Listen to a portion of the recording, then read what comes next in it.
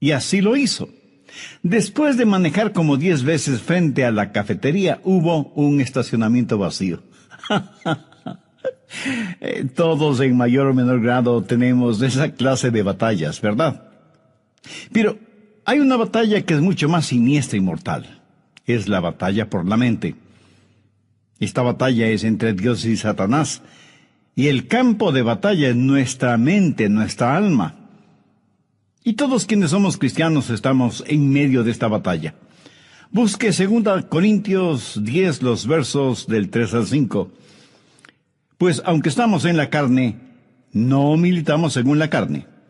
Porque las armas de nuestra milicia no son carnales, sino poderosas en Dios para la destrucción de fortalezas, derribando argumentos y toda altivez que se levanta contra el conocimiento de Dios, y llevando cautivo todo pensamiento a la obediencia a Cristo. Toda vez que esta batalla es real, este mensaje no solo que es de advertencia, sino también un llamado a las armas. Pero también deseo que sea de ánimo, porque cuando usted nace de nuevo, nace para ganar. Dios no le salva para que viva una vida derrotada. Pablo dijo, mas a Dios gracias, el cual nos lleva siempre en triunfo en Cristo Jesús. El plan de Dios para cada uno de sus hijos es de triunfo y de victoria en nuestras mentes. Quiero destacar 3 puntos en esta batalla por nuestra mente. Primero, las armas de nuestro enemigo. Veamos nuevamente el verso 4. Porque las armas de nuestra milicia no son carnales, sino poderosas en Dios para la destrucción de fortalezas. Ahora, ¿quiénes son los participantes en esta guerra? ¿Quién ha declarado la guerra contra su mente, contra su alma? Nuestro enemigo no lo podemos ver física o carnalmente. Busque Efesios 6:12. Porque no tenemos lucha contra carne y sangre, sino contra principados, contra potestades, contra los gobernadores de las tinieblas en las regiones celestes. El diablo se ha ubicado en lugares estratégicos para hacerle la guerra a usted, y cuenta con una multitud de demonios para ese propósito. Son invisibles y están dedicados a la destrucción de su vida mental, dirigidos y bajo la autoridad del príncipe de las tinieblas que es Satanás. ¿Cuál es el trofeo en esta guerra? ¿Cuál es el campo de batalla? Veamos el verso 5. Derribando argumentos y toda altivez que se levanta contra el conocimiento de Dios, y llevando cautivo todo pensamiento a la obediencia a Cristo. Ahí lo tiene. Argumentos, conocimientos, pensamientos, como elementos de esta guerra por la posesión de su mente. Satanás quiere conquistarla para poder controlarle a usted y luchar contra Dios. Hay una diferencia entre su mente y su cerebro. Los psicólogos del comportamiento no reconocen esa diferencia, pero la Biblia ve esa diferencia en forma muy clara. Su mente no es la que piensa, sino su cerebro, y la relación entre mente y cerebro es la misma que existe entre un guitarrista y su guitarra. El guitarrista utiliza la guitarra para expresarse por medio de la música. Hay una diferencia entre mente y la materia gris de su cerebro. Mente y cerebro son 2 cosas separadas. Y tengo que reconocer, para efectos de la ilustración, que aunque todos tenemos guitarritas, algunos tienen mejores guitarras que otros. Quiero decir, tienen mejores cerebros que otros. Ahora escúcheme atentamente. Cuando usted se salva, tiene la mente de Cristo. No significa que su capacidad mental será extraordinaria, sino que tendrá la capacidad de pensar utilizando el cerebro que tiene. El diablo quiere su mente. Y el hecho de que usted tenga la mente de Cristo, el hecho de que usted haya sido salvado, no significa que la guerra se ha terminado para usted. Recuerde que Pablo está escribiendo a los hermanos en la iglesia de Corinto. Sin embargo, el apóstol tiene preocupación espiritual por ellos. Veamos 2 Corintios 11:3. Pero temo que como la serpiente con su astucia engañó a Eva, vuestros sentidos sean de alguna manera extraviados de la sincera fidelidad a Cristo. ¿Qué es lo que está diciendo el apóstol Pablo? Está diciendo que él siente temor de que, así como el diablo en forma sutil engañó a Eva, las mentes de ellos puedan ser corrompidas por Satanás y abandonen la sincera y pura devoción que deben tener a Cristo. El diablo pues quiere corromper su mente y tratará de evitar por todos los medios posibles el que usted tenga la mente de Cristo. Y Pablo está tratando a los hermanos en Corinto como si fueran sus hijos.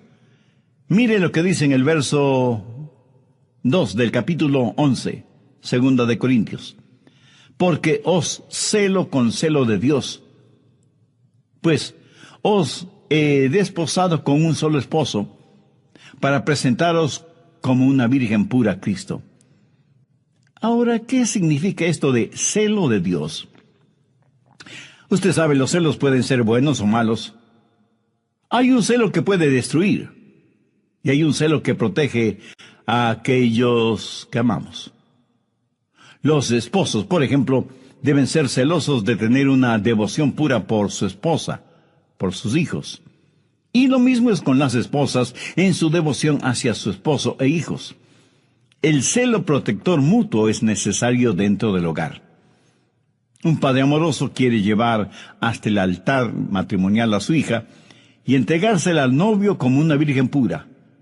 El problema en la actualidad es que hay tantos padres que no entienden que su trabajo, su responsabilidad es criar hijas piadosas para entregarlas vírgenes en el altar matrimonial. Ese debe ser el propósito de un padre genuinamente cristiano. Pablo usa esa analogía para decir que los hermanos en Corinto eran sus hijos espirituales, eran la novia de Cristo, y que no quería que fueran engañados y corrompidos en sus mentes. Prácticamente les está diciendo, cuando les presenten las bodas del Cordero, quiero que sean como una virgen casta y pura para el Señor. Tristemente tengo que reconocer que no hay suficiente pureza en las iglesias en nuestros días. Tal parece que las novias han perdido la capacidad de sonrojarse frente a las cosas impuras. La iglesia necesita recobrar la virtud de la pureza. Leí la historia de un hombre que vivió en Londres hace muchos años. Se le conocía simplemente como el señor Betts. Tenía un almacén de música. Un día un hombre vestido con harapos entró en el almacén y le dijo, necesito algo para comer. Por favor, quisiera comprar mi violín. El señor Betts le dijo que ya tenía muchos violines. Pero el harapiento insistió, es que estoy verdaderamente necesitado. Por favor, cómpreme el violín. El señor Betts le compró el violín, por lo que en Londres hubiera sido el equivalente de $5. El hombre tomó el dinero, lo guardó en sus harapientas ropas y se fue. El señor Betts, que era músico, puso el violín bajo su quijada y empezó a tocar. Armoniosas y resonantes notas salieron de ese violín. El señor Betts se sorprendió de la calidad del sonido del violín y con la ayuda de una vela trató de ver su interior y pudo distinguir dos palabras: Antonio Stradivarius. Y se dio cuenta que tenía un verdadero tesoro en sus manos. Y el hombre de harapiento se lo había vendido por el equivalente de $5. El señor Betts era un hombre bueno y honesto. Salió a buscar al hombre harapiento, pero nunca lo encontró. Muchos años después, el señor Betts vendió ese violín por $5,000. En la actualidad, un violín Stradivarius cuesta una verdadera fortuna. Ahora haga la analogía.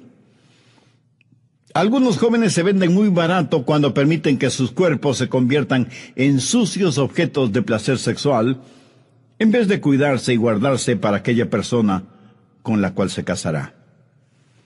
Pablo dice, como un padre quiere proteger a su hija para presentársela pura a Cristo, Así quiero protegerles a ustedes que forman la iglesia para que tengan una mente pura y una sincera devoción por Cristo. Mi amigo, hay una batalla por su mente. El diablo quiere poseer su mente porque sabe que si puede tenerla, puede corromperla, puede alejarle del Señor Jesucristo. Vivimos en un mundo que tiene una mente totalmente corrompida. Y recuerde que, de acuerdo a Génesis 6, Dios destruyó a toda una civilización porque todo designio de los pensamientos del corazón de ellos era de continuo solamente el mal. Por favor, busque Romanos 8:6. Porque el ocuparse de la carne es muerte, pero el ocuparse del Espíritu es vida y paz. Y en Proverbios 23:7 leemos, porque cuál es su pensamiento en su corazón, tal es él. O sea, la Biblia claramente enseña que necesitamos guardar, proteger nuestra mente. De paso, quiero decir algo para aquellos que pudieran estar cautivos en eso de la meditación trascendental. Eso es muy, pero muy peligroso. ¿Sabe lo que la meditación trascendental hace? Abre su mente para los espíritus diabólicos. A los practicantes de esta forma de ocultismo se les dice que deben entrar en un estado de meditación, a fin de hacer contacto con los espíritus. Mi amigo, eso es como irse por la noche a la cama, después de abrir todas las ventanas y todas las puertas, y esperar para ver qué o quién entra en su casa. Y usted dice, espero esta noche hacer contacto. Sí, a lo mejor hace contacto, pero con espíritus diabólicos. Su mente debe estar fija, firme en el Señor Jesucristo. El profeta Isaías dijo, tú guardarás en completa paz a aquel cuyo pensamiento en ti persevera. El diablo quiere su mente para continuar con su guerra contra Dios. Y Dios quiere su mente porque es por medio de ella que Dios le habla, le alcanza. Busque Efesios 4, los versos 17 y 18. Recuerde que Pablo escribió esta carta a los hermanos creyentes y les dice, esto pues digo y requiero en el Señor, que ya no andéis como los otros gentiles, que andan en la vanidad de su mente, teniendo el entendimiento entenebrecido, ajenos a la vida de Dios, por la ignorancia que en ellos hay, por la dureza de su corazón. Cuando Dios se comunica con usted, lo hace a través de su mente. En la actualidad tenemos a personas que van a los servicios de adoración y ponen todo su énfasis en el emocionalismo. Permítame decir que Dios no se comunica por medio de sus emociones, porque las emociones son la parte más superficial de su naturaleza. La salvación es el trabajo profundo de Dios. La gente se emociona con el ritmo de la música, se les pone la piel de gallina y dicen que han tenido una experiencia con Dios, cuando la verdad es que solo han tenido un hipo emocional. Dios se comunica por medio de la mente, y no estoy hablando de un racionalismo o intelectualismo. Hablo de que Dios se revela en su mente y que Dios nos cambia empezando con nuestra mente. En Efesios 4:23 Pablo dice, y renovaos en el espíritu de vuestra mente. Ahora, ¿cómo Dios le renueva a usted? En el espíritu de su mente. Usted puede cambiar su forma de vivir, cambiando su forma de pensar. Por eso en Romanos 12:12 el apóstol dice, no os conforméis a este siglo, sino transformaos por medio de la renovación ¿de qué? De vuestro entendimiento. Y aquí la palabra entendimiento significa mente. O sea que Pablo está diciendo que debemos ser transformados por medio de nuestra manera de pensar. Dios se comunica con usted por medio de su mente. Dios le cambia por medio de su mente. Y Dios le controla por medio de su mente. Recuerde lo que dice Romanos 8:6. Porque el ocuparse de la carne es muerte, pero el ocuparse del espíritu es vida y paz. Dios nos controla cuando le permitimos que controle nuestra mente. Y eso es exactamente lo que quiere hacer Satanás, controlar nuestra mente para poder controlarnos a nosotros. Por lo tanto, la batalla por nuestra mente es real. Segundo, la debilidad de nuestra carne. Y es muy importante el entender esto. En nuestra propia carne, todos somos débiles.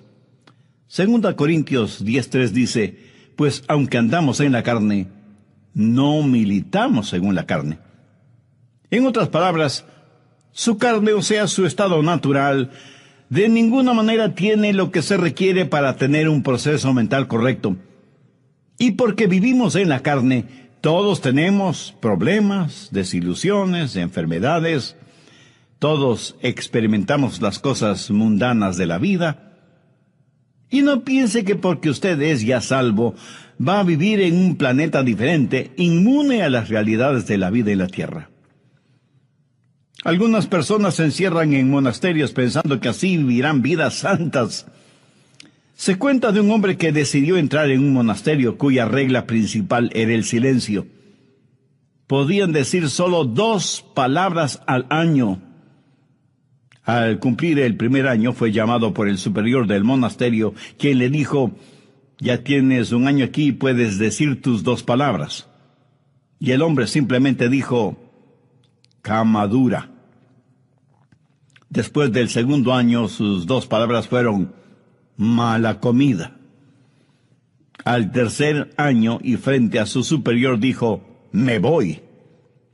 Y su superior le contestó, está muy bien que te vayas, porque en los 3 años que has estado aquí, lo único que has hecho es quejarte.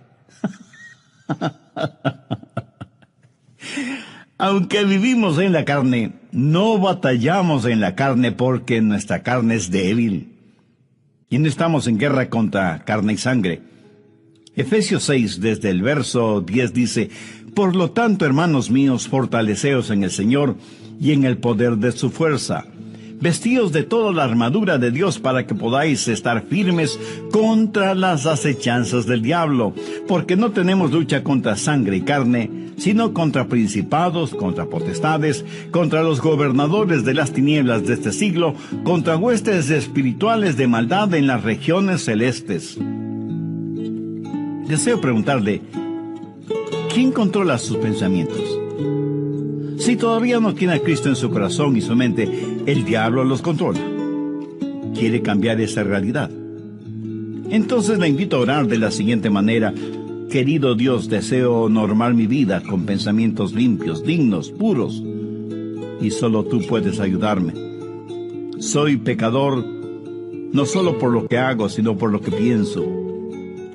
Señor Jesús, cuando entregaste tu vida en la cruz del Calvario fue para perdonarme y darme la oportunidad de una vida nueva, de una mente nueva, de un corazón nuevo. Deseo que seas mi Salvador y mi Señor y que tomes el control de mi vida. En tu nombre lo pido. Amén.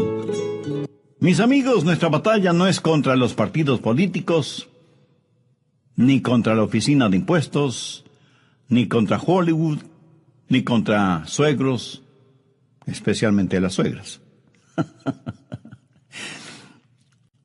La batalla de la mente es contra Satanás, y usted nunca podrá ser más listo que el diablo. Él se burla de nuestros esquemas, ridiculiza nuestras organizaciones, y aunque muchas personas piensan que esta batalla puede ser ganada por medio de la educación, eso no es cierto. Ahora escúcheme, de ninguna manera yo estoy en contra de la educación. Pero si usted educa a una persona que no conoce al Señor Jesucristo, lo único que hará es tener una persona más peligrosa, porque seguirá siendo un diablo, pero bien educado. Antes de ser salvo, yo tuve un amigo que era alcohólico y asistió a varios programas para rehabilitarse, pero luego aceptó al Señor Jesucristo como su Salvador, y esto es lo que él me compartió. Yo asistí a esos programas sin conocer al Señor Jesucristo. Era un borracho consuetudinario, y de esos programas salí siendo todavía un borracho, pero ahora tenía educación. Lo ve, la educación no es la respuesta. Pero tampoco la legislación es la respuesta para la mente. Las armas de nuestra guerra no son carnales. ¿Cree usted que las leyes pueden controlar la forma de pensar de los seres humanos? En la actualidad estamos tratando de tener leyes para controlar lo que pensamos. La ley castigará toda manifestación de odio, verbal o físico. Sin embargo, ninguna legislación puede obligarnos a amarnos unos a otros o a odiarnos unos a otros. Las leyes solo pueden restringir la maldad, pero no pueden impulsar la bondad. Así que ni la educación ni la legislación son la respuesta. El medio ambiente tampoco es la respuesta. Pablo dice que las armas de nuestra guerra no son carnales, y la educación, la legislación y el medio ambiente son métodos carnales. Esas son cosas que la gente puede hacer sin el Señor Jesucristo. ¿Cree que si usted tiene un mejor medio ambiente, eso cambiará su manera de pensar? Bueno, solo quiero que recuerde que Adán y Eva se metieron en problemas estando en el jardín del Edén. Y usted no puede pedir mejor medio ambiente que ese, ¿no le parece? Sin embargo, ellos fueron engañados porque Satanás manipuló sus mentes. En una institución mental estaban tratando de determinar si ciertos pacientes estaban listos para ser dados de alta. Los pusieron en un cuarto, abrieron las llaves del lavabo hasta que el agua se desbordó, les dieron unos trapeadores y les dijeron que debían limpiar el cuarto. Si ellos empezaban a usar los trapeadores sin cerrar las llaves del agua, no estaban listos para ser dados de alta. ¿Sabe que eso es lo que estamos haciendo en nuestra sociedad?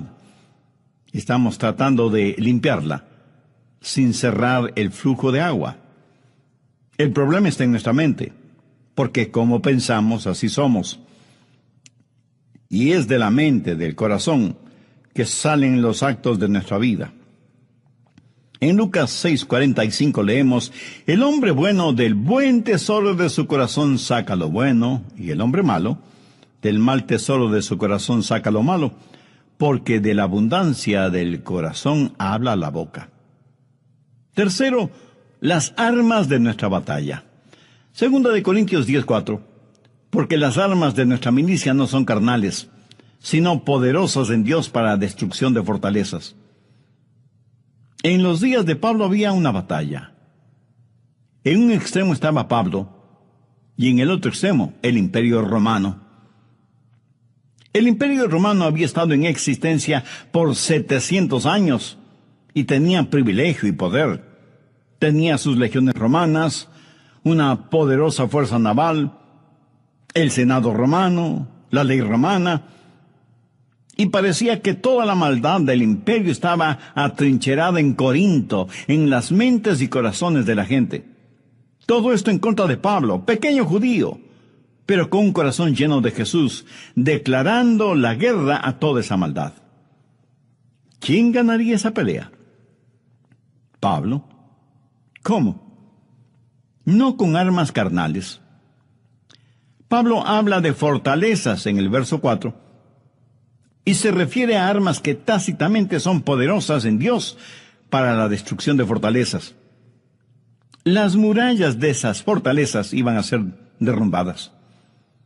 ¿Qué clase de resistencia hubo en los corazones y mentes de los corintios entonces y en la actualidad en nosotros? Arrogancia, ignorancia, desesperación. Todas estas son fortalezas de maldad. Y dentro de cada fortaleza, los demonios trabajan en la mente en forma muy organizada, movilizando los ejércitos infernales para hacer más fuerte la resistencia. Sin embargo, Pablo dice que esas murallas se desmoronarán. Y en el verso 5 menciona cosas muy importantes: derribando argumentos y toda altivez que se levanta contra el conocimiento de Dios, y llevando cautivo todo pensamiento a la obediencia a Cristo. Aquí está esa fortaleza con sus altas torres, y Pablo penetrará esa fortaleza para alcanzar a quienes están adentro. Pero durante ese proceso, Pablo dice que tendrá que destruir esa fortaleza. Ahora, ¿de qué está hablando el apóstol? No está hablando de inteligencia, sino de intelectualismo, de sofisticación mental. Pablo sabe que dentro de esas fortalezas hay personas que están cautivas. Y él iba a capturar a esos cautivos para traer todo pensamiento cautivo que estaba secuestrado por Satanás a la libertad de la obediencia a Cristo. Y él no iba a pelear confiando en su fortaleza física, que no la tenía, ni en armas carnales convencionales, que son inefectivas en esta clase de guerra, sino que declara, porque las armas de nuestra milicia no son carnales, sino poderosas en Dios para la destrucción de fortalezas. Pablo dice, las armas de nuestra milicia. ¿Y cuáles son esas armas? En primer lugar, la soberanía de su comandante. Mire lo que dice en el verso 7. Miráis las cosas según la apariencia. Si alguno está persuadido de sí mismo que es de Cristo, esto también piense de sí mismo, que como Él es de Cristo, así también nosotros somos de Cristo. En otras palabras, Pablo dice que pertenecemos a Cristo. Él es nuestro comandante supremo. En Potsdam, durante la guerra, los japoneses le dijeron a Inglaterra y a los Estados Unidos que no se rendirían. Los aliados le dijeron a Japón, si no se rinden, les eliminaremos, les haremos desaparecer. Iremos contra ustedes con fuerza devastadora.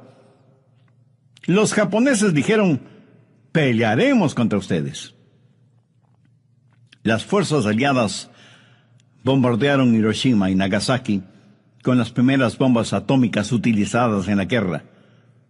Los japoneses se rindieron después de que prácticamente casi fueron borrados de sobre la faz de la tierra. Satanás ha estado tratando de hacer hasta lo imposible para ganar esta guerra que tiene contra Dios.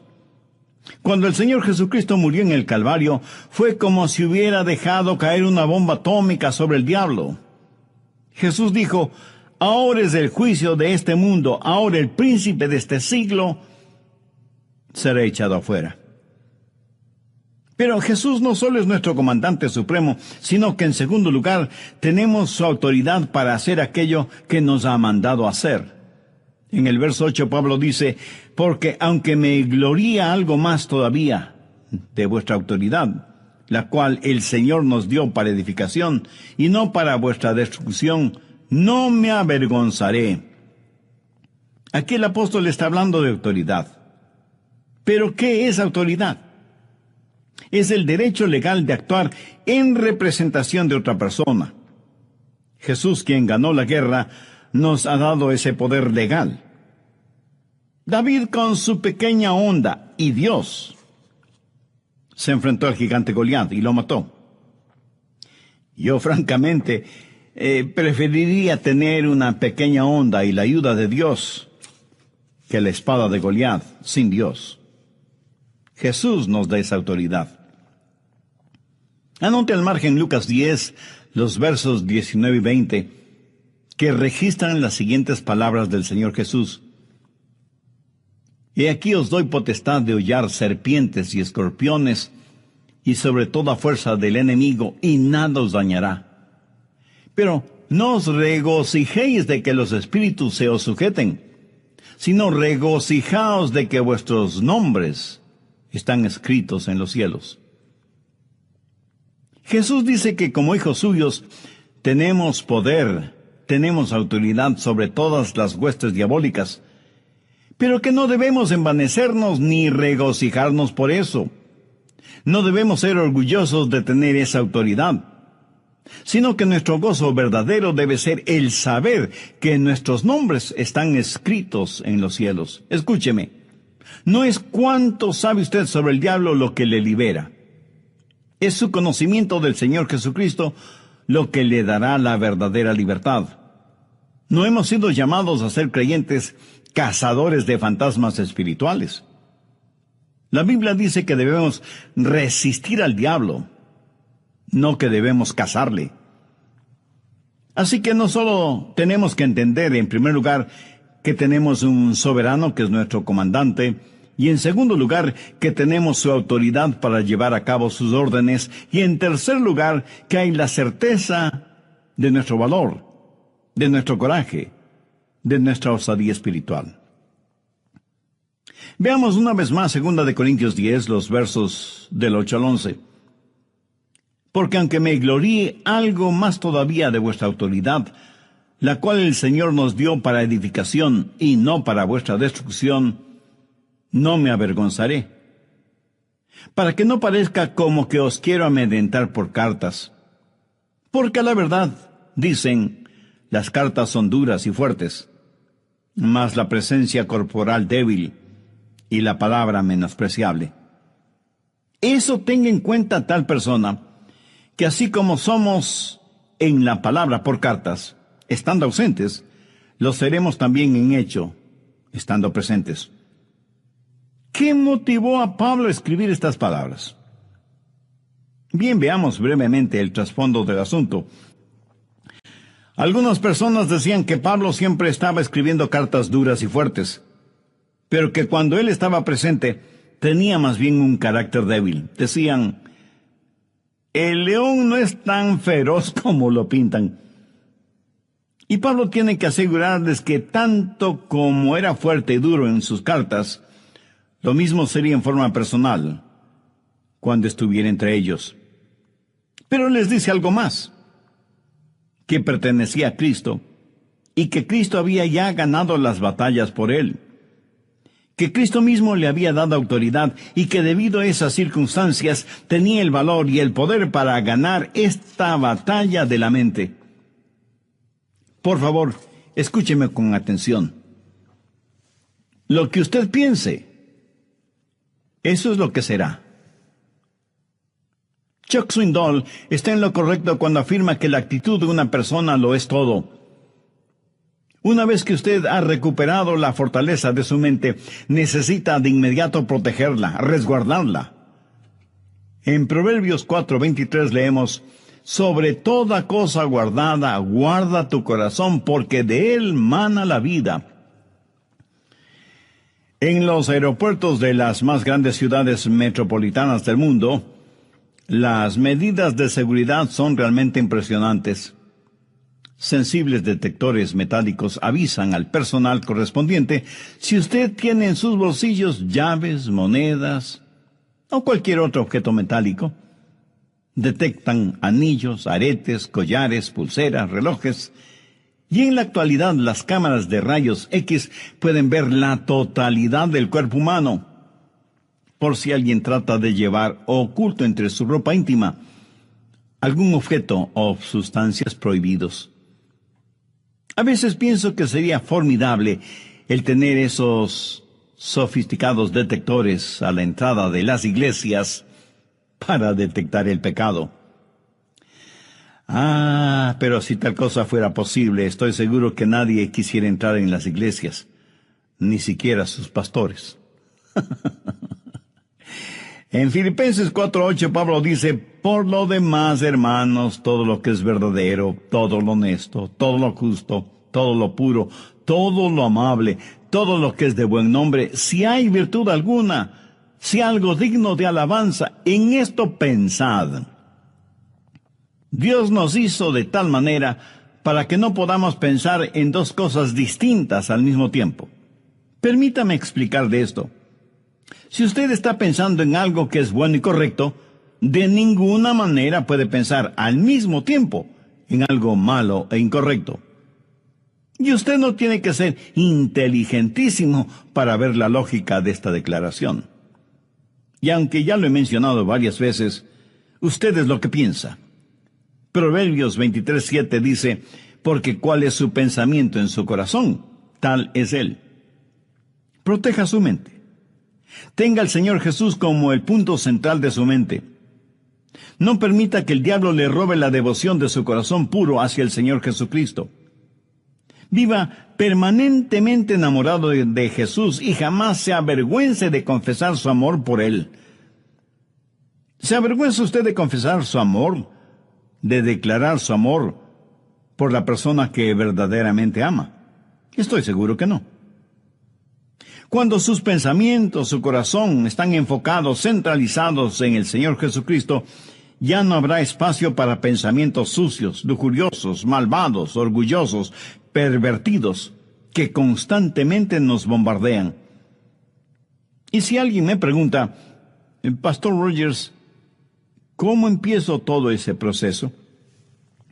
Bueno, gracias por su honesta pregunta. Debo empezar diciéndole lo siguiente. Comience entregando su corazón a Jesucristo.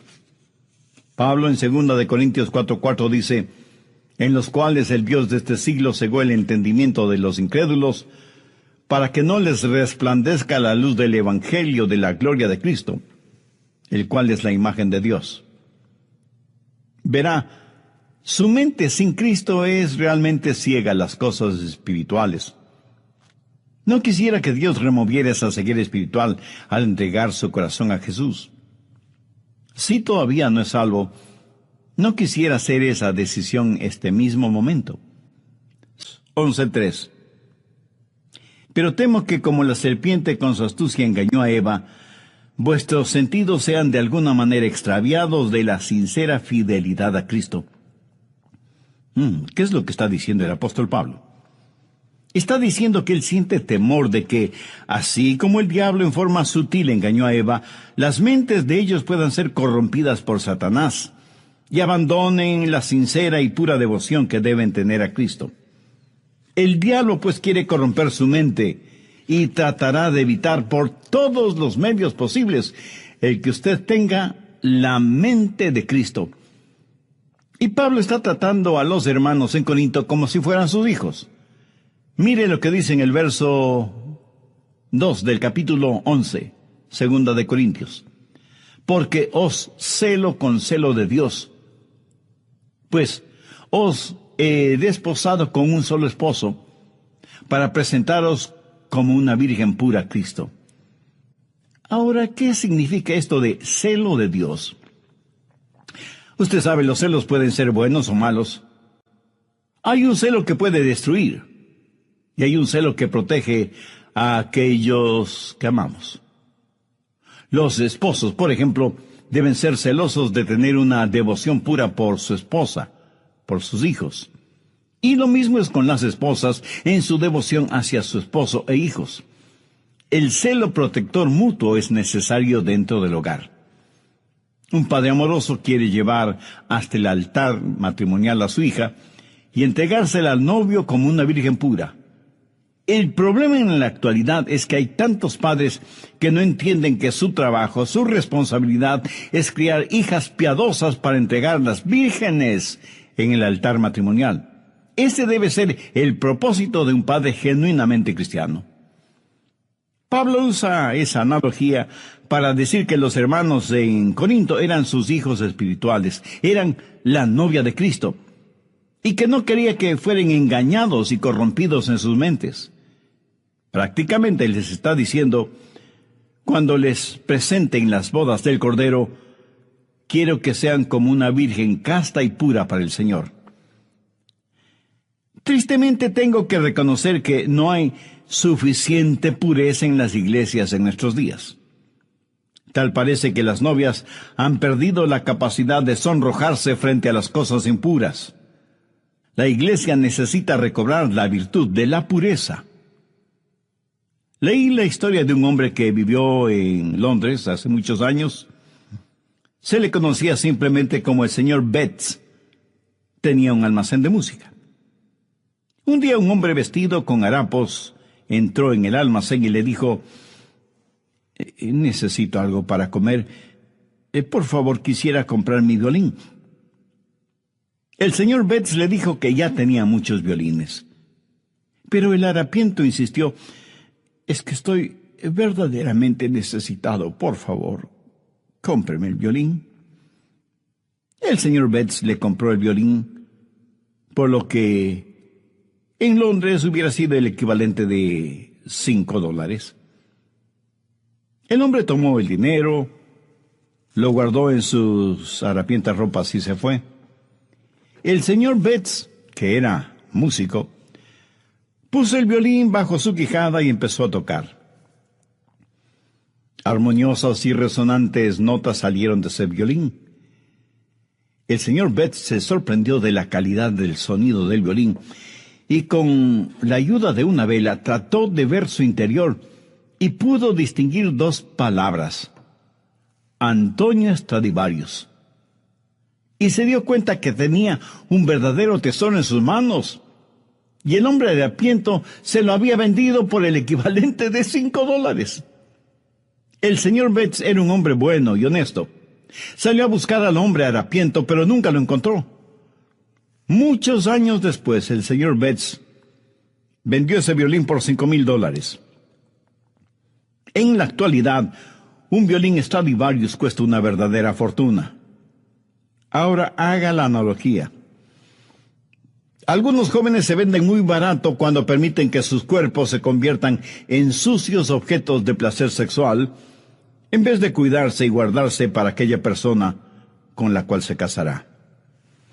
Pablo dice, como un padre quiere proteger a su hija para presentársela pura a Cristo, así quiero protegerles a ustedes que forman la iglesia para que tengan una mente pura y una sincera devoción por Cristo.